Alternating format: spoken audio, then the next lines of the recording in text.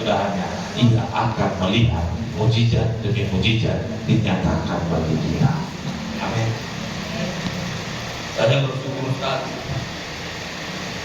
ketika kita benar-benar sungguh di dalam Tuhan, ketika kita benar-benar mau di dalam Tuhan, belajar untuk mengalahkan keinginan kita. Waduh, Bapak Ibu, waktu kita mau rela hati kita dirobek, waktu kita mau rela zona nyaman kita diizinkan Tuhan, mungkin hari ini kita mengalami masalah.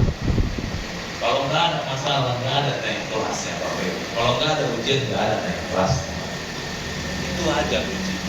Jadi kalau hari ini ada masalah, bersukacita. Makanya dikatakan dari kembali ke kitab Habakuk tadi, Habakuk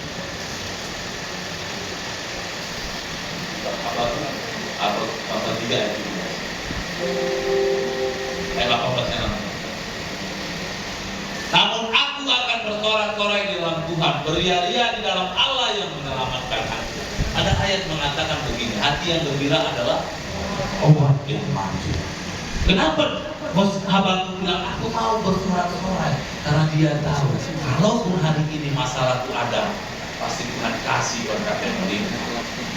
Kenapa tuh Habakuk berkata aku tetap mau di dalam Tuhanku? Karena aku tahu setiap ada badai pasti ada perang. Tidak akan Tuhan biarkan asalkan kita bertahan. Kuncinya bertahan. Bangsa Israel tidak tahan menghadapi proses. Akhirnya apa? Ini adalah doa yang diucapkan oleh Nabi Habakuk. Cuma 3 pasalnya dia.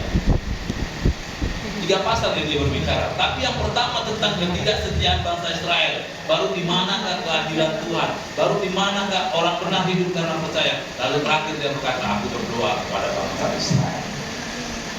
Hari ini juga saya berdoa bagi kita semua. Sekalipun kita punya masalah yang berat, cuma satu pesan saya kepada kita semua. Tetaplah engkau bersukacita di dalam Tuhan. Amin. Masalah mungkin tidak selesai, tapi kalau kita bisa kuat di dalam Tuhan, pasti ada jalan keluar. Dan jadi pertanyaan, bagaimana caranya agar kita bisa kuat di dalam Tuhan? Kita belajar dari Habakuk. Apa dikatakan Habakuk di ayat 19 ya, Mas?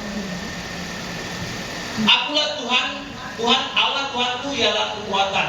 Dia membuat kakiku seperti kaki rusa. Dia membiarkan aku berjejak di bukit-bukitku untuk memimpin dua dengan permainan kecapi. Yang pertama itu yang menjadi kekuatan kita, yang kita pandang itu Tuhan. Kenapa banyak orang lain kecewa sama manusia? Kenapa bisa sesama